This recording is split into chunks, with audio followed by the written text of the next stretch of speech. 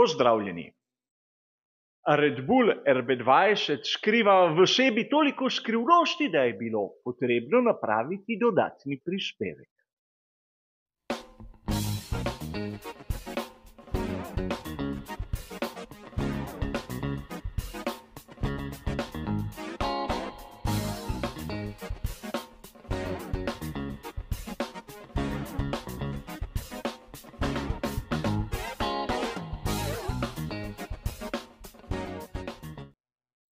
Na sami predstavitvi Red Bulla RB20 smo tako mi navdušenci kot marsikateri avtor, ki objavlja na svetovnem spletu, imel kaj videti. A treba je dodati, da marsikaj je ostalo našim očem skrito. Pri Red Bullu so objavili renderje, ki so bili že na prvi pogled močno retuširani. In, na primer, bočnih hladilnih rež sploh nismo videli in še marsikaj drugega ne. A v tem času vmes predstavitve in začetka predsezonskih testiranj smo lahko naleteli na marsikatero skorajda bizarno teorijo. Od tega, da so nekateri avtori pravilno ugotovili, da ima Red Bull RB20 v osnovi navpično postavljene hladilnike, in seveda do tega, da so to dognanje nekako preselili na samo vstopno režo. Iz fotografije, ki je bila objavljena na predstavitvi, so prišli do čisto napačnih sklepov, kot vidimo na teh tridimenzionalnih simulacijah. Red Bull RB20 seveda nima pravokotne pokončno postavljene reže, ima jih kar nekaj. Danes si bomo ogledali, kaj pravzaprav je novega, zanimivega na tem bolidu in skušali razumeti tudi posamezno funkcijo. A kot zanimivost, tudi ko so se začela predsezonska testiranja, smo lahko naleteli na marsikatero rahlo bizarno teorijo. Od tega, da so nekateri avtori tisto vertikalno režo risali na zunanjo stran bočnih struktur, do tega, da so trdili, da so le te reže tako tanke, tako ozke, da skozenj komaj da pride list papirja ali dva. No ja, morda malce več kot list papirja, ampak za občutek, kako široka je lahko takšna reža. A pustimo sedaj to. Tudi v prvem delu predstavitve Red Bulla RB20 sem sam skušal ugotoviti, kakšna je oblika teh bočnih rež. Dejal sem, kar je seveda preverljivo v samem prispevku, da me spominja na tisto, kar sem videl pri Mercedesu W15. Sklepal sem po sami obliki strukture, da pravzaprav tam je nekaj trikotnega. A sedaj, če primerjamo tisto, kar so pokazali pri Red Bullu z onim, kar smo videli pri ostalih ekipah, bomo takoj videli, da pravzaprav sem bil dokaj blizu. Res, pri Red Bullu manjka hipotenuza trikotnika, ampak po osnovi sta si najbližje tista, ki smo jo videli pri Mercedesu, in ona, ki smo jo seveda malce kasneje spoznali pri Red Bullu. A pri Red Bullu, kar se tiče hlajenja, imamo 4 skupine različnih rež in danes si bomo ogledali vsako izmed njih. A predtem se bomo za trenutek ustavili še pri dokaj singularni obliki tiste bočne strukture, tistega podaljšanega roba.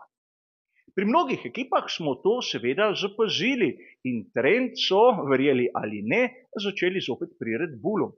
Le da pri večini ostalih ekip je podaljšan spodnji rob in ne zgornji. In verjetno marsikdo se je sedaj začel spraševati, zakaj, kaj je tu tako pomembnega, zakaj tista oblika je tako posebna, tako samosvoja. In ko sem gledal razne posnetke, moram priznati, da sem dobil neko sugestijo. Verjetno kot marsikdo izmed vas sem tudi sam kot otrok sestavljal plastične makete letal. In v profilu mi oblika bočne strukture Red Bulla nekako na spomin prikliče tisto, kar sem nekoč v davni preteklosti videl na lovcu F15, ki je imel vstopni reži z variabilno geometrijo. Namreč glede na hitrost samega zračnega toka sta si le-ti dvigali in spuščali, kot vidimo na tem primeru. In pravzaprav lahko opazimo, da oblika pri Red Bullu je v tisti rahlo spuščeni varianti. Ni nekako v smeri vožnje, ampak kot da bi hotela upočasniti zračni tok. In seveda gre za moje osebno razmišljanje, za mojo osebno domnevo. Pri ekipi Red Bull so hoteli res upočasniti zračni tok zaradi nekega pojava, ki je pogost tudi pri bolidu Formule 1. Ni treba iti na tiste nadzvočne hitrosti. Pomagali si bomo tu z Red Bullom RB12. Zračni tok, ki bi prišel z previsoko hitrostjo v samo notranjost bočne strukture, bi lahko na zgornjem delu ustvaril neke vrste zračni žep in tako onemogočil lep prosti pretok. In to je nekaj, kar smo že videli v Formuli 1, predvsem tu na prednjem delu pod nosnim konusom, kjer so težavo rešili s tako imenovanim S-daktom, ki je bil neke vrste ventil, praktično namenjen le temu, da je spustil tisto količino zraku iz spodnjega dela na zgornji. Pri Red Bullu izgleda, vsaj taka je moja osebna interpretacija, da so z obliko skušali upočasniti sam zračni tok. Zakaj? Bomo videli seveda v nadaljevanju. A kot sem povedal, nimam nobenih potrdil za to, to je le moja osebna predstava, zakaj so se tako odločili. A pojdimo naprej. Govoril sem o 4 različnih skupinah hladilnih rež. Imamo seveda ob sami bočni strukturi tisto tenko vertikalno in ono malce širšo horizontalno. Na to malce više, takoj za zadnjim vpetjem varnostnega loka halo, imamo zopet 2 manjša vstopnika. In ne smemo pozabiti, da na vrhu praktično sta še tisti 2 ličnici ob seveda vstopniku zraka v sam kompresor, ki skrbi za dotok zraka motorja z notranjim izgorevanjem. Sedaj smo videli, nimamo 2, nimamo 3, ampak imamo 4 skupine in seveda delimo jih lahko na levo in desno. A najprej se bomo ukvarjali s tistim spodnjim delom, torej s tistim, kar vidimo na sami bočni strukturi. Zakaj imamo 2 reži in ne ene kot pri, naprimer, Mercedesu dvojni V15, če sem že nekako omenil, da pravzaprav gre za podoben aerodinamični koncept. Na samih predsezonskih testiranjih smo lahko videli tudi Red Bull RB20 brez pokrovov. In tam prvo presenečenje. Ne samo, da so hladilniki postavljeni vertikalno, tudi prelomljeni so. Torej izgleda kot neka črka V, ki je položena na bok. In to pomeni, da v zgornjem delu imamo tisti hladilnik, ki pravzaprav skrbi za hlajenje samega motorja z notranjim izgorevanjem. Spodaj imamo hladilnik, ki skrbi za temperaturo olja in seveda mnoge druge komponente, ter seveda zadevo sedaj lahko malce bolje razumemo. Če pogledamo tisto vertikalno režo, lahko skrbi za hlajenje spodnjega dela te izjemno kompleksne strukture. Tista zgornja je namenjena hlajenju samo hladilnika, ki je namenjen motorju z notranjim izgorevanjem. In verjetno sedaj se marsikdo začel spraševati, zakaj tik ob sami šasiji so pri Red Bullu napravili tisto malce čudno režo. Moja osebna interpretacija, seveda, gre za poizkus zmanjšanja zračnega upora. Je že kdo izmed vas slišal za tako imenovan vstopnik NACA? Seveda zadeva, ki je bila nekje patentirana davnega leta 1947 in uporabljena tako v aeronautiki kot tudi v svetu motošporta. Primer, ki ga verjetno pozna vsakdo izmed vas. Ferrari 312 T2.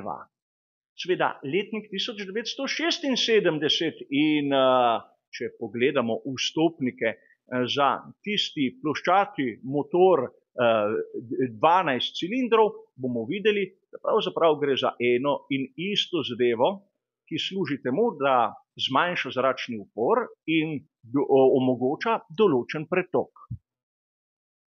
Seveda videli smo, da pravzaprav tu niso pustili nič naključju in uporabljali klasična znanja. Kot zanimivost, zadnji bolid, ki je imel podobno konfiguracijo samega hladilnega sistema, je bil v sezoni 2016 bolid ekipe Haas. A seveda, sedaj smo videli, da že spodnji par teh vstopnih rež, dokaj kompleksen, dokaj zapleten, kaj pa zgoraj? Zakaj imamo tisto izjemno razgibano obliko pokrova pogonskega sklopa in dva vstopnika takoj za zadnjim vpetjem varnostnega loka? Seveda za hlajenje tistih sistemov, ki so dobesedno zračno hlajeni. Govorimo o bateriji, govorimo o kontrolni elektroniki in seveda lahko bi dodali še kaj drugega. A tu ta spodnja vstopnika imata tudi svoj izhod, prav malce bolj vstran od tistega, kar vidimo kot njihov vhod.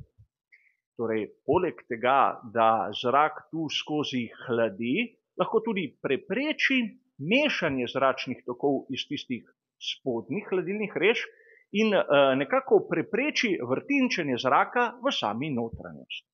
Seveda obstajata še tisti dve ličnici na vrhu, ki sta klasični in skrbita predvsem za to, da pravzaprav tisti sistemi, ki so nad samim motorjem z notranjim izgorevanjem, že prej omenjena naprimer baterija, MGUH, MGUK, dobijo dovolj hlajenja. Izhod je seveda v zadku, razen tistih dveh rež na boku. In sedaj lahko razumemo, da pravzaprav pri Red Bullu so si želeli čim manjših hladilnih rež z čim manjšim zračnim uporom. Marsikdo bi dejal, da pravzaprav njihova površina je minimalna, ampak če deluje naprimer na Aston Martinu AMR 24, mora delovati tudi pri Red Bullu RB20. In razumemo lahko, koliko truda so vložili pri samem Red Bullu v razne ideje, razna sofisticiranja, ki so sedaj prisotna tu na bolidu.